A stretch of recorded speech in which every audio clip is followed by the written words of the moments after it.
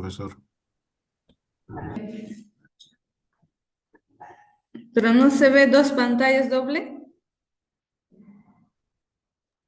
No, está bien, Está seguro. bien, está bien, está bien, hermano. Sí. Porque mi está doble. Bueno, Ah, Hermana incrédula, decimos que está. es que no sé, ya Ahora sí está profesor. bien. ahora sí está bien, sí. Ya.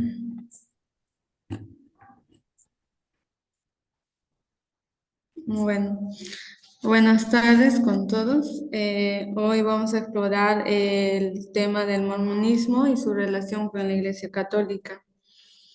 El objetivo es extender sus identidades y cómo pueden interactuar buscando puntos en común y reconociendo sus diferencias fundamentales. El índice lo tengo, la introducción.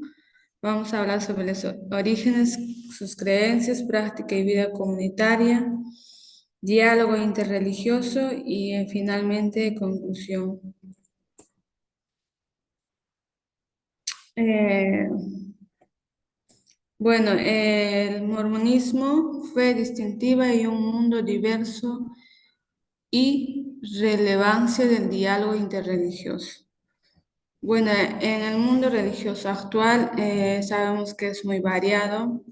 En ese contexto, el mormonismo, la Iglesia de Jesucristo de los Santos de los Últimos Días, que surgió en el siglo XIX, se ha expandido globalmente. Entonces, aunque se considera cristiana, tiene sus particularidades que la diferencian de la Iglesia Católica. Y entonces es muy crucial estudiar su relación con el catolicismo para fomentar el respeto y la comprensión mutua. No solo comparar doctrinas, sino buscar colaboración y honestidad sobre las divergencias. Ahora, orígenes y contexto y surgimiento. Bueno, como ya les decía, su origen es en el siglo XIX, fundada por Joseph Smith. Y bueno, el mormonismo nace en Estados Unidos en un periodo de intensa búsqueda religiosa que sería llamada el segundo gran despertar. Ya les decía que el fundador este es Joseph y quien afirmó, dice que él tuvo visiones divinas. Dentro de ella la más importante fue en 1820, donde Dios Padre y Jesucristo le revelaron que las iglesias existentes estaban en un error, sentando las bases de la creencia en una gran apostasía y la necesidad de una restauración divina de la iglesia original. Ahora, consolidación, Libro de Mormón, Migración y Expansión Global. La base de su fe es un libro de Mormón que Smith afirmó traducir de planchas de oro entre 1827 y 1830. La iglesia se formalizó en 1830. Sus inicios fueron de persecución y migración, incluso por la práctica de la poligamia, culminando con el asesinato de Smith en 1844. Su sucesor fue Brigham Young, que luego lideró el éxodo de Utah. Con el tiempo abandonaron la poligamia oficialmente y la iglesia ha crecido de ser regional a una fe global, muy enfocada en la obra misional. Ahora, creencias, naturaleza de Dios y salvación.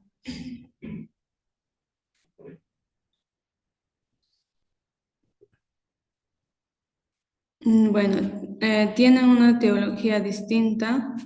dioses separados y potencial humano divino. La doctrina mormona difiere del catolicismo, creen en una trinidad de seres separados y distintos, Dios Padre, Jesucristo y el Espíritu Santo. A diferencia de la Trinidad católica, ¿no? Creen en un solo Dios en tres personas. Reconocen a Jesucristo como Salvador, pero su divinidad se entiende en relación filial con el Padre. Su teología central incluye una gran apostasía y y esa comunidad de mormones se conocen como la restauración, ¿no? Y creen en el potencial divino del ser humano para alcanzar la exaltación o divinidad. O sea, el individuo puede llegar a ser divino, ¿no?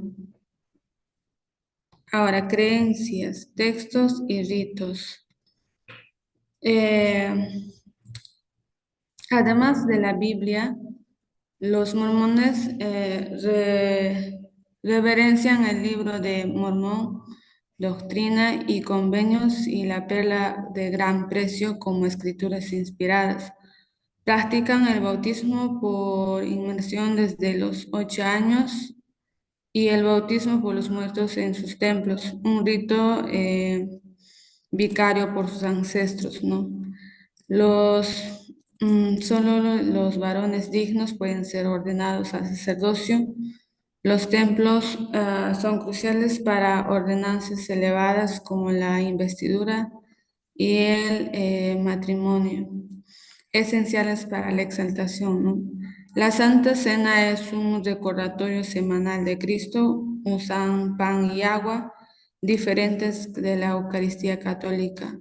Es decir, para ellos en el pan no está Cristo vivo. Ahora, prácticas y vida comunitaria. La vida mormona se rige por la observancia del día de reposo, de la ley de salud, como abstención de alcohol, café, té y el pago de diezmo. El servicio misional es fundamental, con jóvenes dedicando de 18, normalmente se dedican la misión entre 18 a 24 meses. Su organización es jerárquica con un profeta y apóstoles a nivel local en barrios y estacas y con énfasis en el liderazgo laico y la ayuda mutua. La familia para ellos es un pilar central.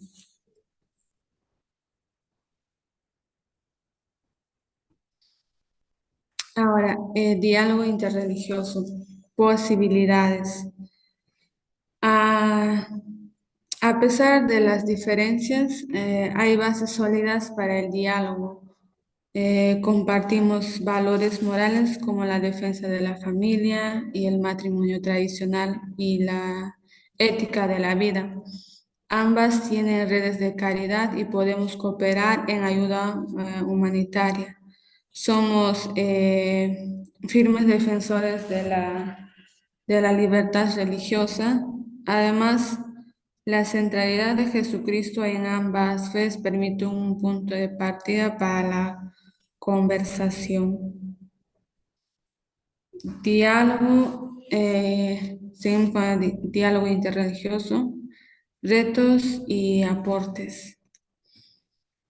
El mayor reto con las diferencias teológicas fundamentales, especialmente la Trinidad, Cristología y autoridad religiosa. Para la Iglesia Católica, estas diferencias impiden que el mormonismo sea considerado una denominación cristiana tradicional, situando el diálogo en el ámbito interreligioso, no ecuménico. También difieren en la naturaleza de la revelación y los sacramentos. Sin embargo, el diálogo aporta profundización de la propia fe, superación de prejuicios, identificación de áreas para colaboración práctica y aprendizaje mutuo. Finalmente, el mormonismo es una fe única con fundamentos teológicos que lo distinguen profundamente del catolicismo. Las divergencias doctrinales son profundas e irreconciliables en puntos clave, lo que lo mantiene en el ámbito interreligioso. No obstante, es vital fomentar la comprensión y el respeto mutuo. Las áreas de valores morales y servicio ofrecen un terreno común valioso. El objetivo no es fusionar doctrinas, sino lograr una coexistencia pacífica y la cooperación para el bien común, mostrando cómo la fe puede ser una fuerza unificadora. Gracias. Gracias, hermana. ¿Puede dejarnos, por favor, el PDF? Ahí está, creo. ¿O lo ha mandado el grupo?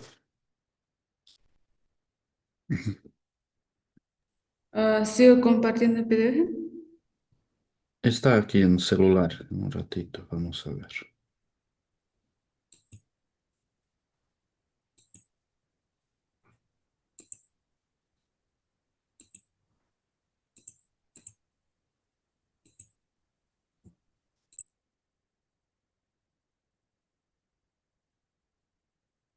Ah, ya. ¿Usted, hermana, ha conversado con ellos una u otra vez o nunca? Sí, una fecha nos tocaron cuando era postulante y teníamos una casa de formación ¿Ya? en que no parecía convento, ¿no? Entonces, pensando que era una casa de familia, nos tocaron la puerta y tuvimos la oportunidad de conversar. ¿Y qué pasó? ¿Sobre qué conversar? Simplemente nos estaba invitando a conocer sobre la fe, nos estaba hablando a cuál era su misión Ajá. y de ahí nuestra maestra nos llamó y no nos dejó conversar. ¿Qué dijo? Sí, porque nos preguntaban, ¿no?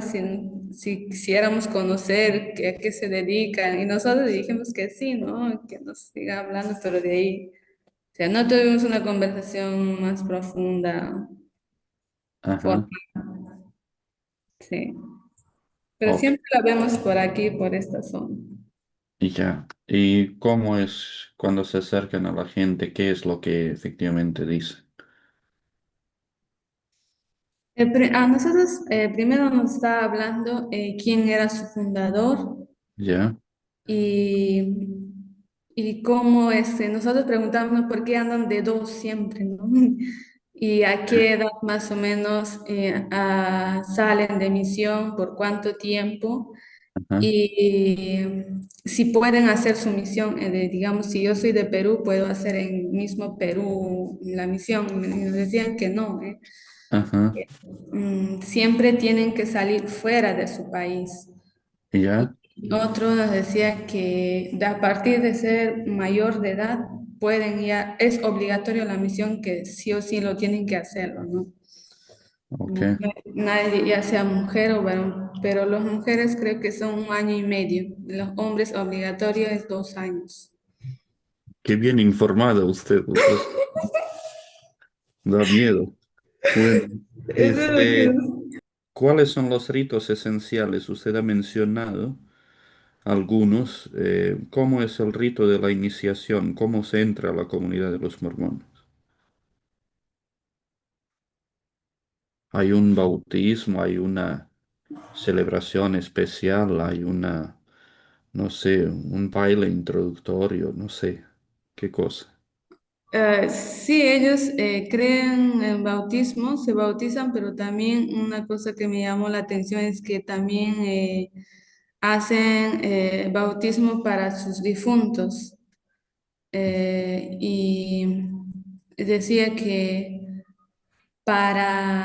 para que si no han creído sus antepasados, más que todo pues sus antepasados familiares, ¿no? Si no creían en Dios y entonces con ese bautismo, o sea, como que pueden salvar su alma, ¿no? Ah, ok. Y luego también hacen la cena del Señor, pero ellos no creen que Jesús no hay Sí, así. transustanciación, para ellos no existe eso, no creen que Cristo mismo está vivo en el pan, ¿no? Ya. ¿Profesan la fe en la Santísima Trinidad o no? Sí creen, pero ellos creen que son diferentes personas. O no sé, por ejemplo, Ya. el catolicismo dice que para ellos son tres dioses, se podría decir, ¿no? No es uno solo Dios en tres personas. A ver, ¿cómo? O sea, sí creen en en la Trinidad, Ok, Dios Padre, Dios en el Hijo y el Espíritu Santo. ya, Pero el Padre es como que no son uno ajá, solo Dios, sino que están separados. ok. ¿Tiene conocimiento este fundador suyo antes de fundar la religión como tal? ¿Qué religión profesaba él? Smith, Sí, eso sí no averiguo. ah, ya. Es interesante ver siempre. ¿Por qué? Porque eso bueno, nos dice mucho, porque varios de estos grupos se han desarrollado de algunos grupos ya existentes, que fueron separados con el fin de hacer una vida más ordenada en el sentido moral, pero básicamente se accedía a lo contrario, se accedía a cierto desorden cuanto en el sentido espiritual, tanto en el sentido que toca el tema de la disciplina en sí, ¿no? Entonces, eh, ellos están bastante bien organizados, eh, tienen una forma bastante peculiar, ¿no? De tener absolutamente todos los templos del mundo edificados de la misma manera. Entonces, por la forma de edificar, son muy reconocidos entre la gente y es muy fácil detectar efectivamente quién es quién y quién pertenece a esta comunidad, ¿no? Entonces, es interesante siempre la forma de presentarse, eh, más que todo mandando, según ellos, misioneros, lo que usted ha averiguado también, ¿no? De otros países, donde con un dulce acento de un idioma que ya están aprendiendo, buscan encontrar simpatías en la gente y de todas maneras tratar de transmitir su mensaje que muchas veces eh, según su forma de pensar, no puede ser explicada ni desde un punto teológico ni vivencial, menos de un punto o reflexión basada en ciencias, ¿no? Entonces, tenemos, sí, un pensamiento basado en lo que pensó el fundador, pero también durante los siglos, también modificado en diferentes puntos, especialmente de los temas morales que son bastante presentes, ¿no? Vamos a pasar al siguiente colega para la exposición. Ustedes pueden hacer sus preguntas para los tres y al final podemos hacer las preguntas antes de la exposición del último tema. Agradecemos, hermana, por su aporte, por su tiempo. Ahora pasamos al siguiente. ¿Quién es el siguiente?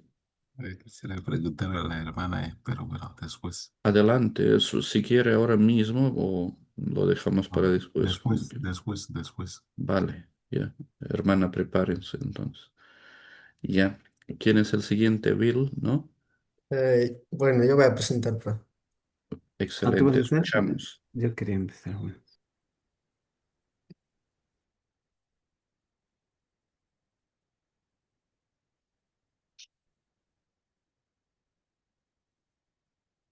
Vamos a ver.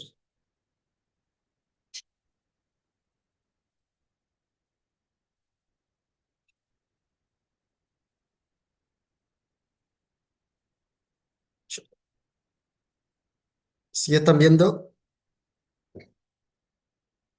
Ahora sí. Ahora sí, Ya. Sí, perfecto. Bueno, buenas tardes con todos, hermanos y padres y hermanas que están ahí. A mí me tocó esta segunda parte del adventismo y pentecostalismo.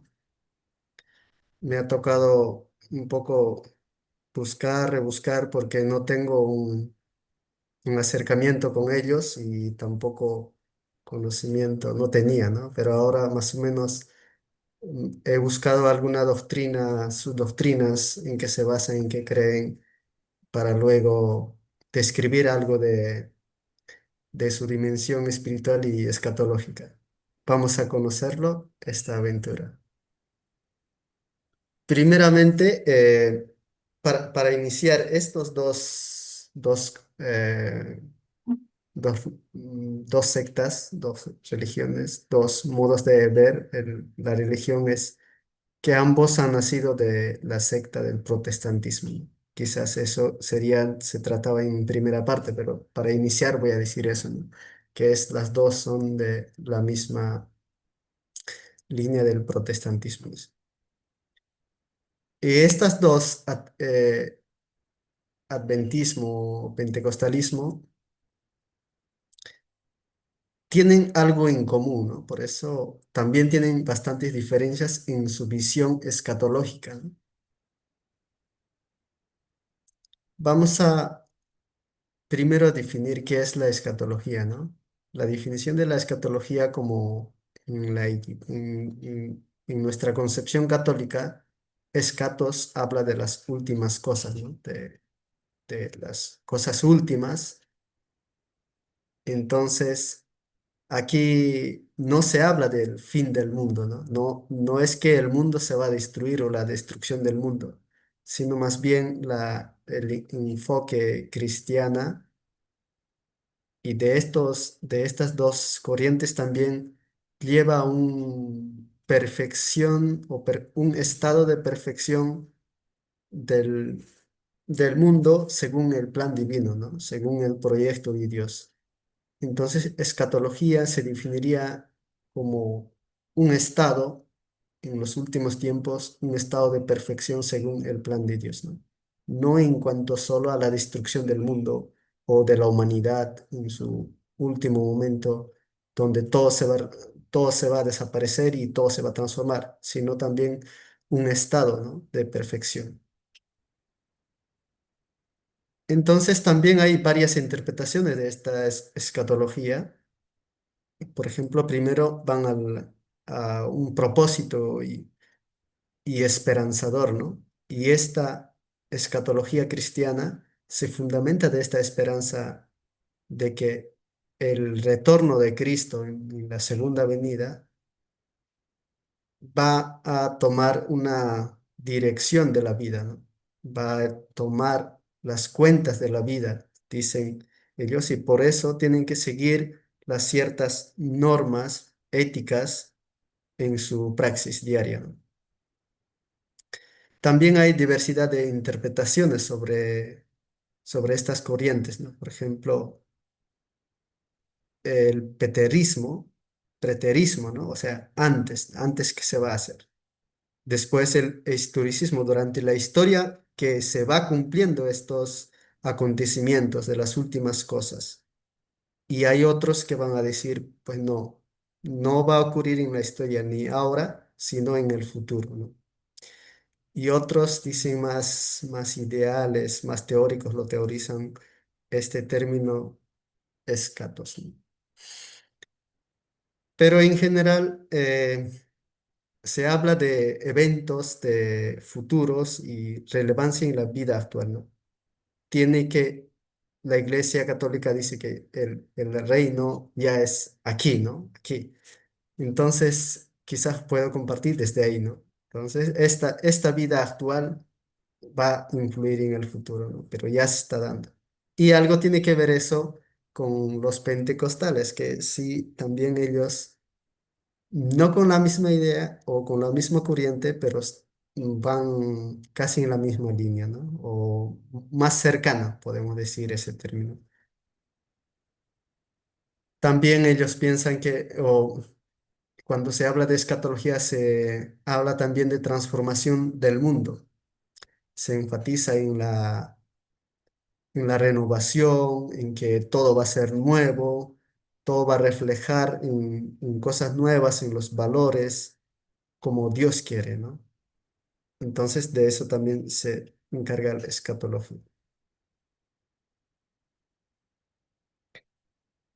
Vamos a ver ahora adventismo y pentecostalismo.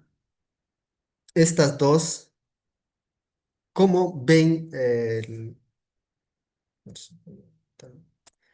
cómo ven en la escatología, ¿no? Primero, ellos coinciden que comparten una creencia de premilenarismo, es decir, que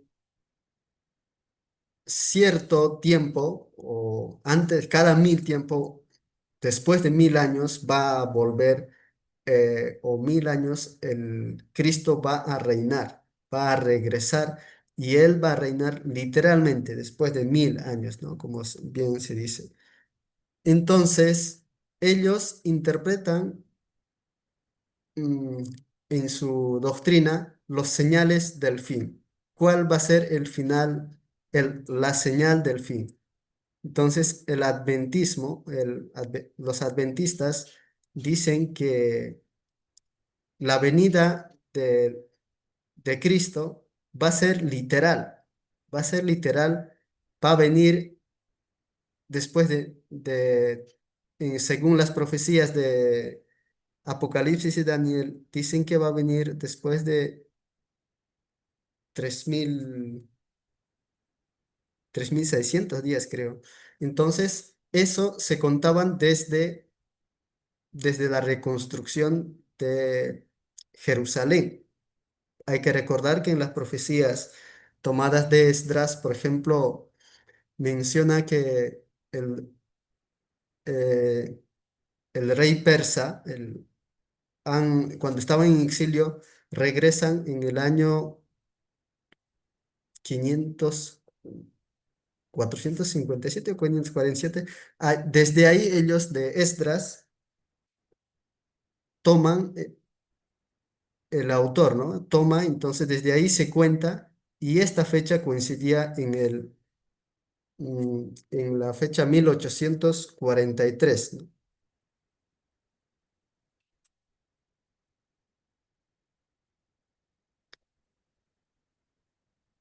Entonces ellos desde ahí contaban que iba a ocurrir este regreso de segunda venida de Cristo literal. Pero en este caso fracasaron, ¿no? Que no pasó nada y no hay nada. Esto es primer señal del fin que ellos creen. Pero también el pentecostalismo enfoca más bien, por otro en los eventos globales. Por ejemplo, para ellos, una señal del fin era el terrorismo que ocurrió en Estados Unidos en 2001. Eso dice que el autor era uno de los eventos, de los señales que estaba ocurriendo en la historia para el pentecostalismo. El adventismo considera también el sábado como el corazón de su creencia, como un domingo, ¿no? El adventismo cree que el sábado es el día más que el día del descanso del Señor, es un día crucial para ellos, ¿no? Mientras el pentecostalismo no valora tanto el sábado, sino más la experiencia misma del espíritu. Ellos se van a enfocar más en tener una experiencia del espíritu. El catolicismo, por el contrario, no cree en esta doctrina milenarista de que Jesús o el Cristo regrese literal, ¿no? Literalmente. Nosotros sostenemos que el reino ya está presente, pero su plenitud se dará en el último o en otra vida o en el futuro, ¿no? Pero plenitud todavía. Aquí ya está, pero todavía no. Esa es nuestra afirmación, ¿no? Disculpe, se está bajando la pantalla. Seguimos para profundizar estas interpretaciones del señales del fin, ¿no?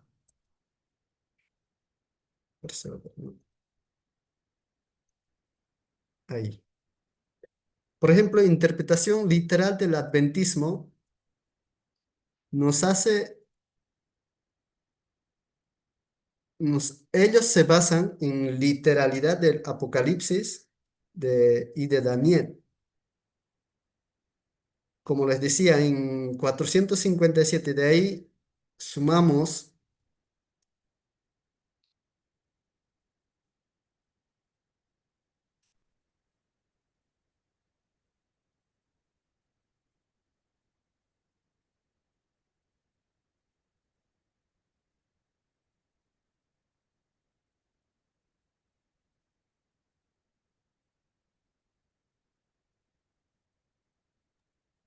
No se escucha nada, ¿Todo Mario. bien? Mario, no se escucha. Sí, sí. ¿Aló? Sí, todo bien, pero no se escucha. No sé si es tu conexión o... Sí, sí, bueno, Hola, hola. Ajá, ya, ahora Ya. sí. Sí, por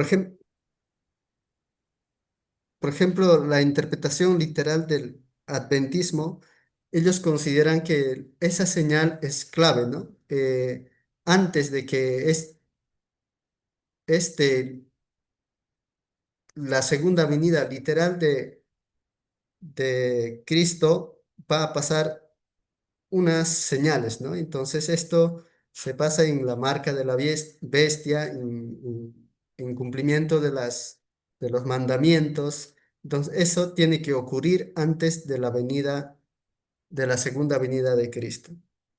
Entre los señales del pentecostalismo, ellos ven más los acontecimientos o los eventos de la historia, de los acontecimientos reales. Pueden ser guerras, pueden ser desastres naturales, como señales apocalípticos, que estas manifestaciones que están ocurriendo son señales de este venida de Cristo, ¿no? Y también ellos indican que hay un conflicto en espiritual, una guerra espiritual, dicen los pentecostales. Por eso para ellos va a ser muy importante una experiencia personal del Espíritu Santo. Aunque algún autor decía que esta experiencia se basa más en glosolalía, o sea, de adquirir unos dones de expresar en el dominio del lenguaje, ¿no?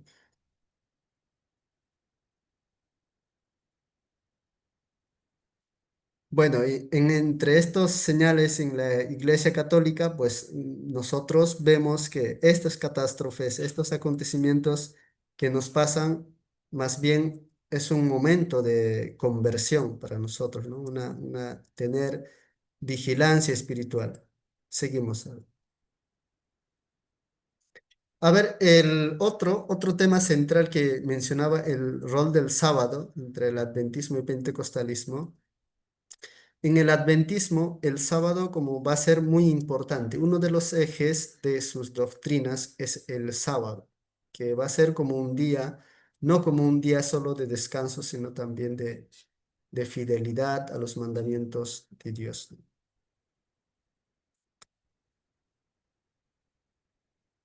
ellos siempre van a ir ese día para adorar las prácticas religiosas y también su compromiso con la creación y con relación a Dios también, ¿no?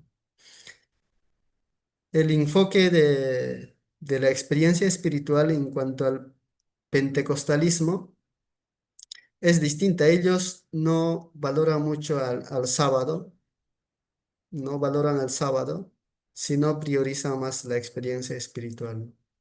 Estos más parecen, dice un autor, se atreve a decir que más se parecen a los carismáticos, ¿no? Esto se manifiesta en una adoración dinámica. Por ejemplo, ellos, sus reuniones, sus encuentros son más dinámicos. Por eso es más importante es experiencia personal del espíritu, experiencia personal de la fe. Ahí les decía de guerra espiritual que los dos ven que quizás en esto sí compartimos en creer que el espíritu como, como algo divino, pero hay cierta diferencia, ¿no? Por ejemplo, los adventistas dicen que hay una guerra espiritual. ¿Y esta guerra espiritual en qué consiste? Es como una guerra o conflicto cósmico que gira en torno a la ley de Dios, o sea, frente a los mandamientos, eh, frente a la obediencia con la desobediencia, contra la fidelidad, contra la infidelidad. Entonces hay como un conflicto cósmico, ¿no? Eso lo dicen los adventistas. Mientras el pentecostalismo interpreta que esta guerra más bien se basa en los eventos globales, ¿no? Que se atribuye como acciones de Satanás, acciones de fuerzas demoníacas que hacen que estos acontecimientos ocurran, ¿no? Y eso ya es una señal de que la venida del Cristo es cerca, ¿no? Entonces eso para los pentecostalismos influye en los creyentes que, que hayan convertido, que es un signo, una señal del fin.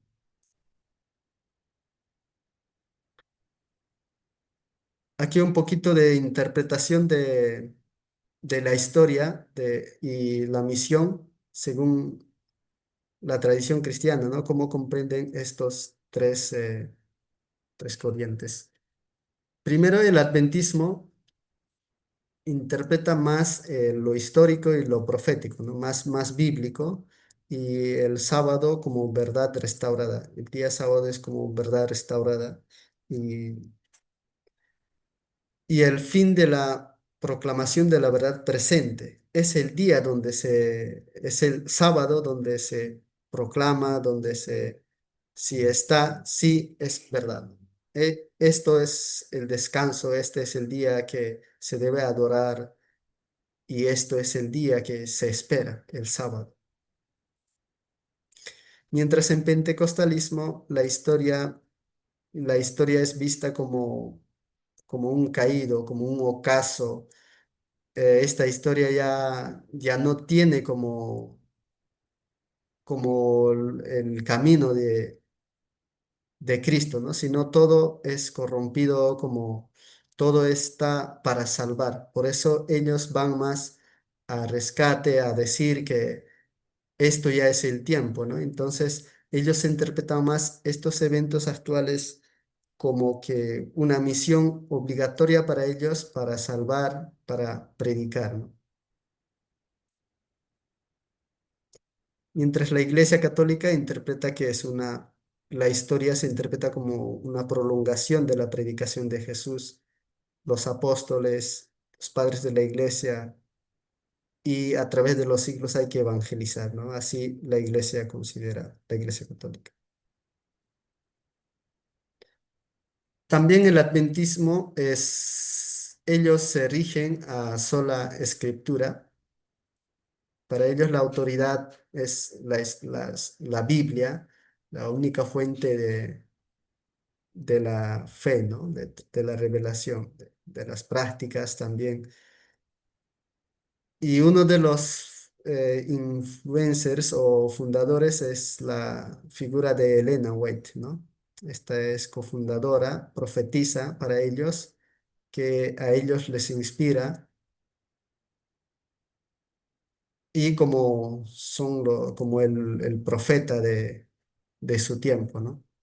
Mientras en el pentecostalismo se adquiere también a sola escritura, pero también influenciada por las experiencias personales, como una persona tiene revelaciones o puede tener revelaciones directas cuando adquiere ciertos dones del Espíritu Santo, ¿no? Por eso decía, más se parecen, o un autor dice que más parece a los carismáticos. Para terminar, algunas diferencias entre estos dos concepciones de escatología. Primero, el adventismo y el pentecostalismo. En algo que coinciden es, los dos creen en premileniarismo, ¿no?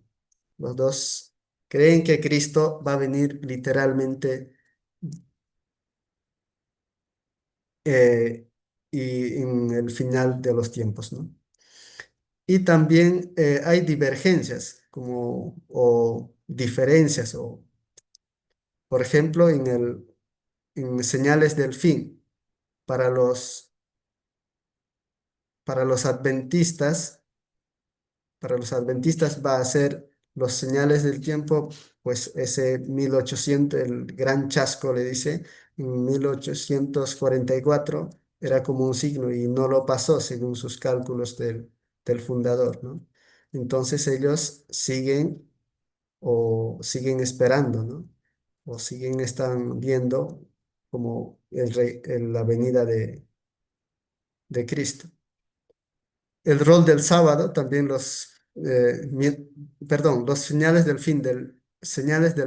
Mientras los pentecostales creen que los eventos de hoy, de las guerras, los desastres, son señales del fin. Esos son señales del fin. Y el rol del sábado para los adventistas es central, mientras para los pentecostales el sábado no es importante, no lo toman importancia. La guerra espiritual también es otra diferencia que los pentecostales enfatizan más en una experiencia personal de la fe, mientras los adventistas piensan más a lo teórico, a lo abstracto, donde puede estar influyendo ese conflicto de espíritu malo, bueno, eh, como lo llama anticristo, ¿no? Y estas diferencias influyen, pues, obviamente en la vida de los seguidores, en sus prácticas espirituales, en su práctica diaria, y y en todo eso influye esa concepción de las tres señales, ¿no?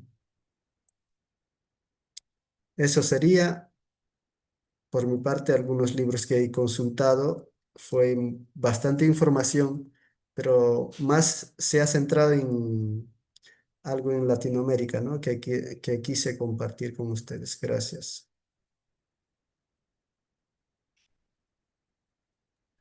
Agradecemos por su aporte. Vamos a pasar a la tercera presentación y de ahí vamos a ver sobre los tres temas si tenemos alguna pregunta o observación. He anotado algunas. Vamos a ver quién es la tercera persona que va a presentar. Profesor, yo Perdón, voy a presentar. Will. Adelante. Agradecemos a Mario, ¿no? Mario ha presentado este trabajo anterior por su esfuerzo y su trabajo. Ahora vamos a escuchar esta última presentación para el día de hoy y de ahí vamos a ver lo que nos queda, ¿no? Adelante. Un ratito estoy buscando para compartir. Ya estoy, creo. Bien. No sé si se ve ahora la pantalla o tal vez no se me escucha bien. Sí, se ve, se escucha bien, todo bien.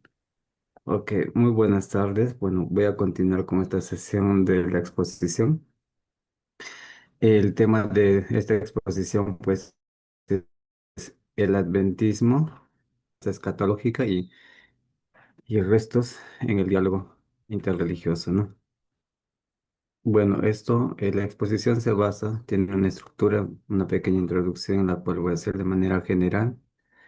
Se hablará un poco sobre el origen del adventismo, las creencias y prácticas del adventismo, el diálogo interreligioso con el adventismo.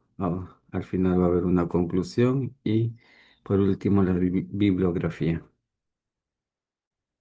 Bien, como pequeña introducción de manera general, pues el adventismo nació en el siglo XIX dentro de un ambiente religioso muy activo en los Estados Unidos, llamado el Segundo Gran Despertar. Este movimiento pues se formó con las creencias de que Cristo volvería pronto, lo que le dio un fuerte enfoque en el fin de los tiempos, surgió pues del milenarismo en el año 1863, pues se organizó oficialmente como la Iglesia Adventista del Séptimo Día. Prácticamente en los 63 estaría haciendo la fundación de esta Iglesia Adventista del Séptimo Día, ¿no? Bien, el adventismo. En el contexto histórico-social del adventismo, pues surge en el siglo XIX. El movimiento adventista nació en un contexto marcado por el segundo gran despertar de los Estados Unidos en el año 1790 a 1840.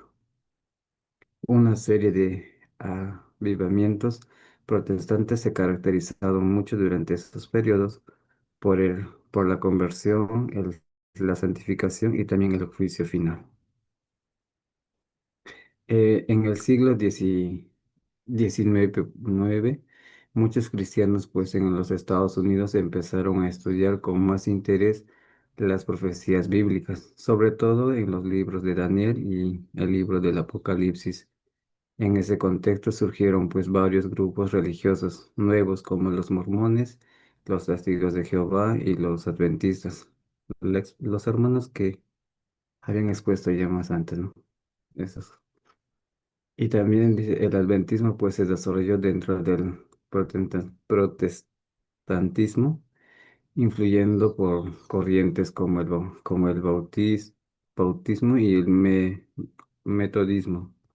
Estas enseñanzas pues se basaban mucho en la enseñanza de la Biblia, que es la única fuente de la verdad, y que las profecías muestran cómo la historia del mundo cumple lo que Dios ya anunció.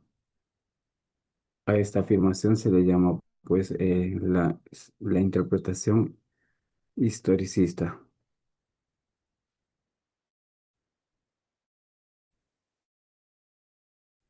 Bien, el adventismo comenzó, no sé cómo.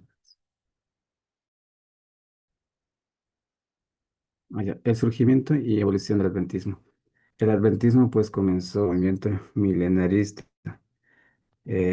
dirigido por William Miller, un predicador bautista. Ah, al estudiar pues la profecía de Daniel capítulo 8:14, Miller creyó que Jesús regresaría entre los años 1843 y 1844. Junto con sus seguidores pues empezó a difundió esta idea por muchos lugares de los Estados Unidos, um, generando un gran impacto entre los creyentes. ¿Qué quiere decir el milenarismo? Pues el milenarismo es, es un movimiento religioso que, como decía, ya había surgido ya en los Estados Unidos. Y también quería decir que dentro del milenarismo es un movimiento religioso cristiano que surgió pues entre los Estados Unidos y partiendo por expandida por William Miller, ¿no? Que es un predicador bautista. Pero ¿qué quiere decir los bautistas, mejor dicho, los predicadores bautistas, de dónde nacen? Pues los bautistas son un grupo de cristianos protestantes que surgió en el siglo XVII en Europa, especialmente en Inglaterra y los Países Bajos, ¿no? Y, y que más tarde se expandió ampliamente en los Estados Unidos. Su nombre proviene de su práctica distintiva del bautismo solo de adultos creyentes por inmersión total en el agua. Ya en el año 1863, pues el grupo adventista se organizó oficialmente como la Iglesia Adventista del Séptimo Día, bajo el liderazgo de Hannes Wiede, Joseph Bates y Elena Wiede, que fue quienes fueron fundadores para dar una forma a su estructura, creencia y su misión.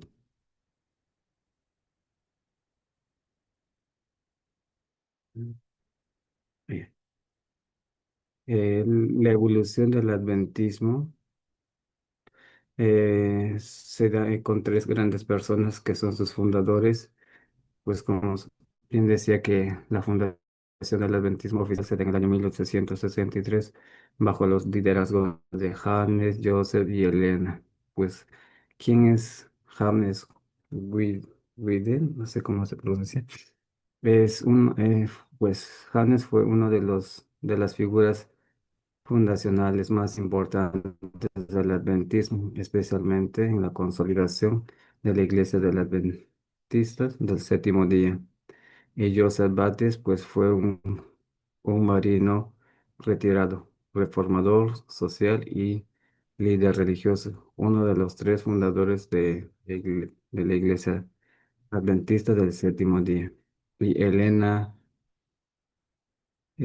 Golding Witte fue pues una de las fundadoras de la Iglesia Adventista del Séptimo Día y es considerada como sus seguidores como profetisa o mensajera del Señor, que tuvo un papel clave en la formación doctrinal, espiritual y organizativa del adventismo.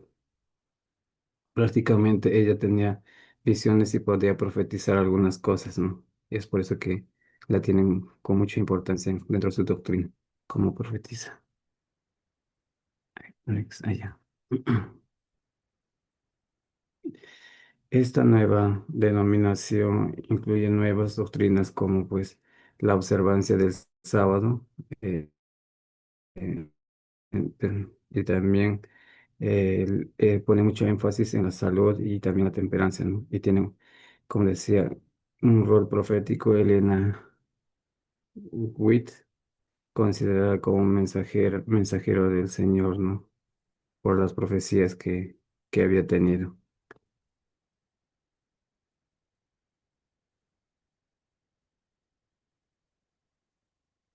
Las creencias y prácticas del adventismo. El adventismo tiene una fuerte visión del fin de los tiempos. Todo gira en torno a la creencia de que Cristo volverá pronto. Ellos interpretan las profecías de Daniel y el Apocalipsis como una serie de eventos que se cumplen en la historia. Surge su enseñanza desde el año 1844. Jesús está haciendo en el cielo un juicio investigador, re- revisando las vidas de los creyentes antes de su regreso.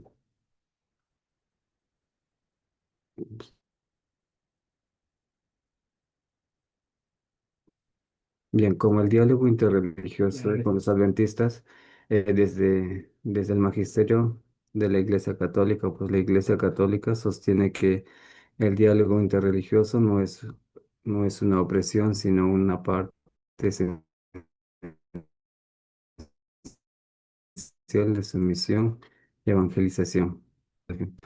Encontramos que la Iglesia Católica no rechaza nada de lo que en esas religiones hay de verdadero y santo. Estos principios se aplican también pues a las iglesias cristianas no católicas con las que se busca el diálogo ecuménico, fundado con el respeto, la caridad y la búsqueda de la verdad en común.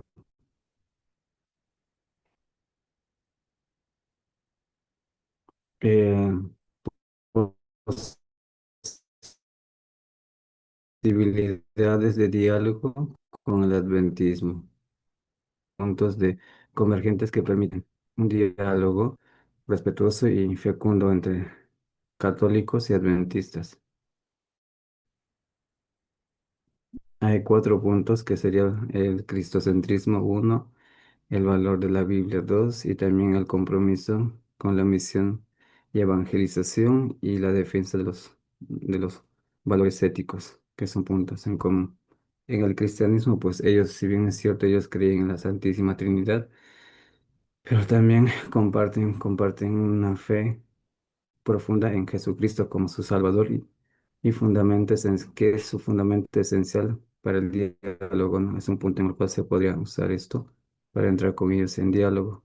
El otro es el valor de la Biblia, pues el adventismo promueve una lectura intensa de la Sagrada Escritura. Esto permite un diálogo bíblico enriquecedor, aunque se diferencia mucho el enfoque de la interpretativo que se da dentro de la Biblia, ¿no? Otro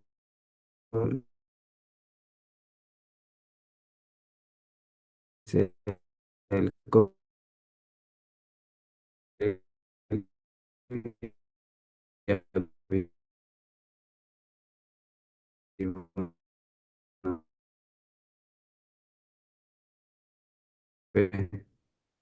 activa en la sociedad, encuentran la obsesión de las leyes relativas que relativicen la vida humana, los derechos humanos y la promoción de un estilo de vida saludable, ¿no? Bien, llegando ya a una conclusión de manera general, mm, el adventismo pues presenta un movimiento cristiano serio, global y dinámico, con elementos valiosos para la vida cristiana, aunque también con limitaciones teológicas que requieren un discernimiento. Este movimiento no solo es posible, sino necesario en la medida en que se realice con respeto, verdad y amor, con miras a una unidad más plena en Cristo. Y por último, estas son las fuentes en las que me he basado para esta exposición. Y, y muchas gracias, ¿no?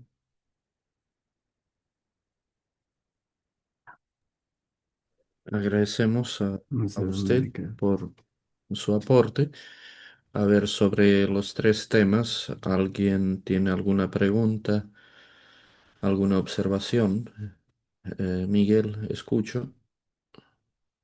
Un detalle que me impresionó, no sé si es que la hermana Milagros lo puede esto, escuché de que habían dicho de que Smith lo habían matado.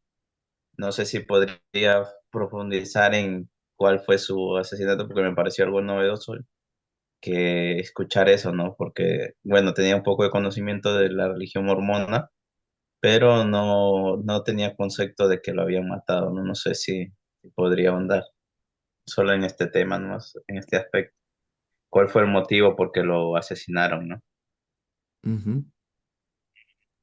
Y lo que pasa es que ellos al principio fueron perseguidos también. Entonces, y practican ¿se llama?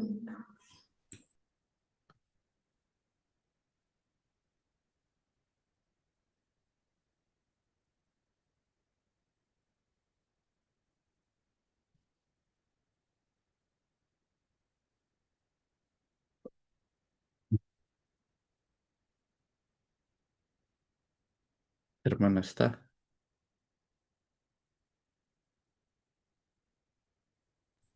Ay, perdón, se apagó el micro. Le estaba diciendo al hermano que lo que pasa es que ellos también fueron perseguidos al inicio y entonces, o sea, prácticamente él muere por con esa persecución, ¿no? Y practicaban ellos la... ¿cómo? Ay, no me acuerdo la palabra. pero por la persecución él muere. No es que, porque al principio fueron perseguidos y es por ello que mueren dentro de esa persecución. Ujú. Y lo consideran un mártir como, no tienen santos, claro, pero No, no, no lo, solo consideran como su fundador, ¿no? De esa comunidad. No, no es que lo consideran santo. ujú, claro. Este, creo que también Fabricio quiso hacer una pregunta. Sí, bueno, la primera pregunta, no sé si a nivel del mormonismo, no sé si la hermana puede darnos cuántos son hoy en el mundo, ¿no? Es decir, el número, porque el que presentó la última vez nos había hecho una aproximación, ¿no? De cuántos son los testigos de Jehová. Entonces, no sé si la hermana ha preparado algo como así. Y también usted había hablado de el diálogo, bueno, no, la vida comunitaria a nivel del mormonismo. Esa vida comunitaria, ¿cómo es? Es como nosotros también cristianos católicos lo vivimos. Su vida comunitaria es muy diferente completamente. Porque, por ejemplo, la imagen que he visto allá, que había proyectado, había dos señoras que estaban regalando, no sé si él lo ha regalado, dos botellas de gaseosa. No sé si en eso es hablo de vida comunitaria o otro tipo de vida comunitaria que hay. Eso es lo que yo quisiera preguntarte. Bueno, la organización comunitaria que ellos tenían, o sea, también es jerárquicamente, ¿no? Tienen un cabeza, o sea, un jefe, ¿no? No un cabeza, o sea, tienen como un profeta y apóstoles, digamos, a la cabeza. Y a nivel local, los miembros se organizan en barrios y estacas, dicen, ¿no? ah, con un fuerte énfasis en el liderazgo laico y en servicio mutuo. O sea, la ayuda mutua, la preparación para emergencias, digamos, y la fortaleza de la familia son pilares de la vida comunitaria, ¿no? La familia, el núcleo familiar, podríamos llamar. Eso es muy vital para ellos. Incluso, eso es lo que te puedo decir. Después de que me preguntabas, ¿de cuántas son en la actualidad? La cantidad no pude averiguar. Aproximadamente, porque la última vez también el que presentó había dado un nombre aproximadamente. Eso sí, no le investigué cuántos son exactamente, aproximadamente. Eso sí, no. Ok. ¿Alguien más?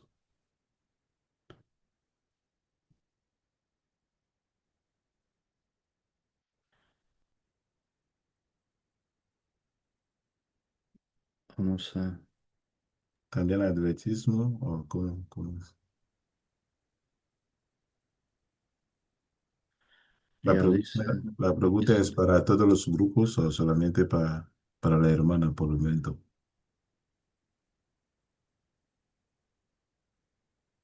La pregunta es para todos los Para grupos. todos, para todos. Ah, ok. Mario, no te voy a matar. bueno, aquí dicen las redes que hay 17,5 millones de mormones, pero los que asisten son entre 4 y 5 millones. Básicamente es siempre como en todas las religiones o movimientos, unos 20% quienes se comprometen con su creencia, ¿no? Los demás nominalmente seguramente se presentan como seguidores del movimiento, pero no necesariamente lo profesan. Ahí lo que pasa también en nuestra iglesia católica. Ok, Lo que llama la atención en todos estos movimientos, lo que vamos a ver más adelante, sean cristianos o no, son también visiones místicas de diferentes fundadores o sus sucesores, quienes muchas veces nos llevan a una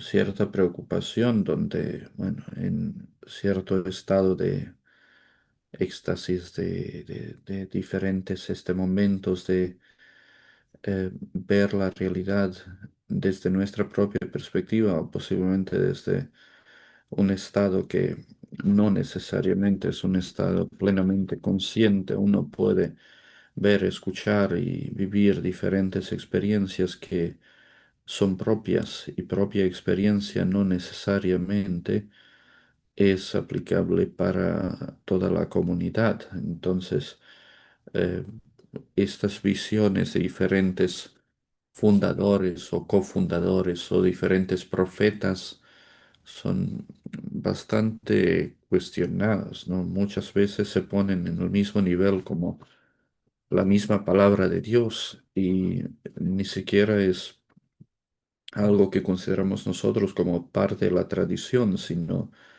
efectivamente una revelación que apoya sus ideas. Ni siquiera son unas ideas de donde se desarrolló la enseñanza, sino después de una enseñanza ya hecha aparecen estos momentos de tener diferentes visiones quienes de una u otra manera apoyan enseñanza ya, o sea, magisterio ya antes preparado. Entonces, eh, por eso tenemos miles y miles de fracciones.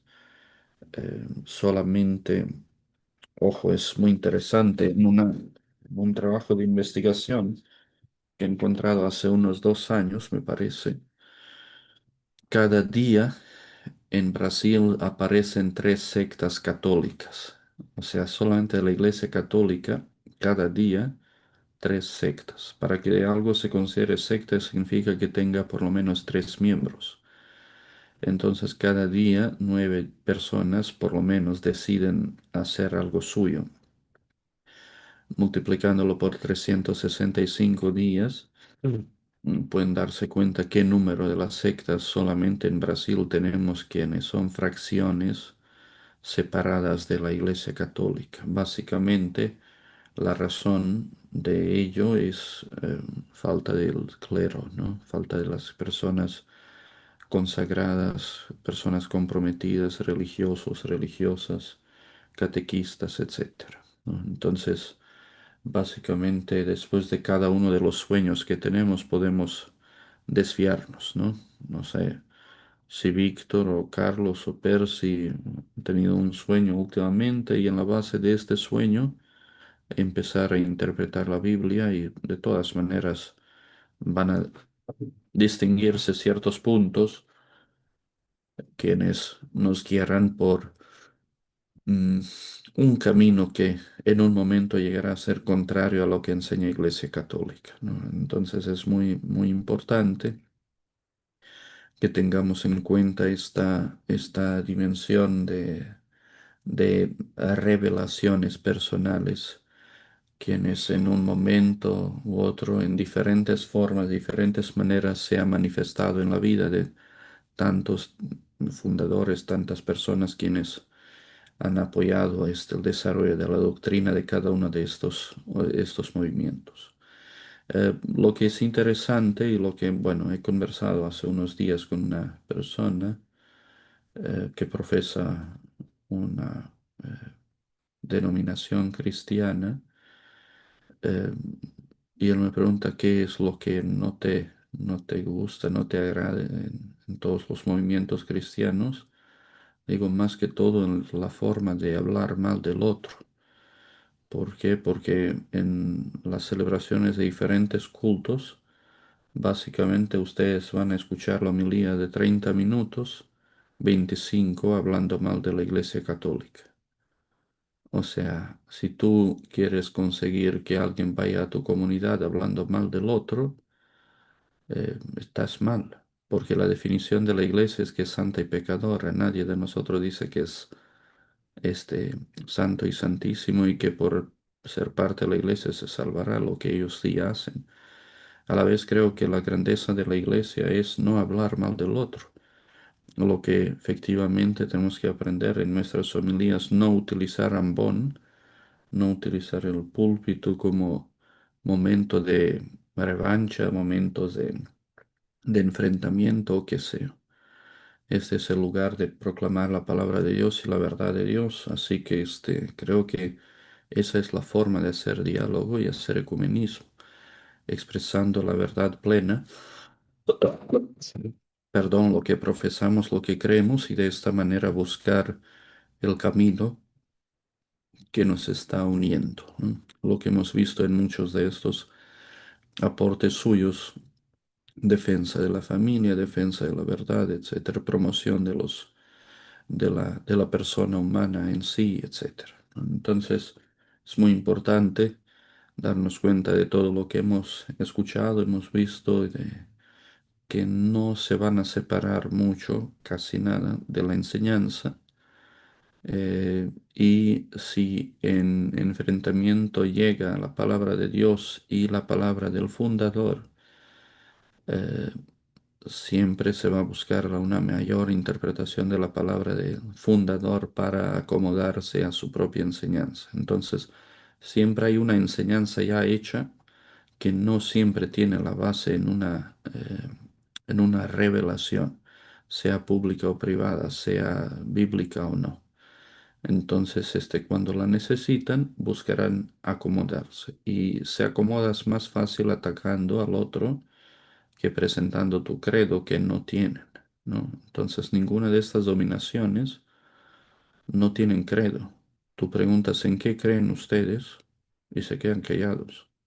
Empiezan a decir, no sé, en todo lo que no cree la Iglesia Católica, pero no tienen credo. Y cuando tú no tienes credo, llegas a la improvisación y en la improvisación básicamente llegas a destruir o dañar a alguien, ¿no? Bien, nos queda muy poco para avanzar con con las clases de la de América Latina y el Perú. Lo vamos a dejar para la próxima semana, donde después de todas sus exposiciones, que van a ser un poco más cortas, vamos a presentar este tema y prepararnos para el examen final. Sí, Ahora como que estoy un poco resfriado y tengo que irme a la misa porque no tengo reemplazo, sí. me van a permitir Vale. retirarme un ratito antes para llegar Eh, a ir con todo. Sí, No, no sé si de los que han presentado sobre el adventista, no sé si a nivel de el punto con los católicos, no sí. sé si los dos, entre las dos confesiones hay un punto común que, que nos une, porque estamos hablando de diálogo interreligioso. Entonces, no sé si hay un punto común que nos une, es decir, nosotros católicos y ellos adventistas. Escuchamos. ¿Alguien puede darnos la respuesta? Solamente el nombre de Cristo y la palabra de Dios, punto, o hay otras cosas. Eh, Le voy a contar antes de proceder a una respuesta posible de alguno de los compañeros. Hay un fuerte rechazo por lado de los adventistas hacia la Iglesia Católica. Yo diría la comunidad que más detesta la Iglesia Católica son los adventistas. ¿Por qué es así? No lo sé, efectivamente, pero nunca he escuchado tantas cosas negativas expresadas por una comunidad hacia la Iglesia Católica como de los adventistas. Y si entran a la conversación con ellos, creo que la más difícil forma de hacer un diálogo es exactamente con ellos. Más fácil es entrar en diálogo con budistas o musulmanes que con los propios,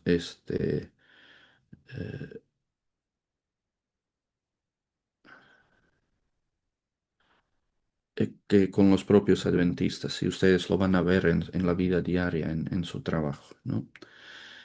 Podemos dejar la pregunta para la próxima, la tengo, pero se va a extender un poco y no va a llegar a la misa y ahí voy a culpar a Fabricio, por ello, ¿no?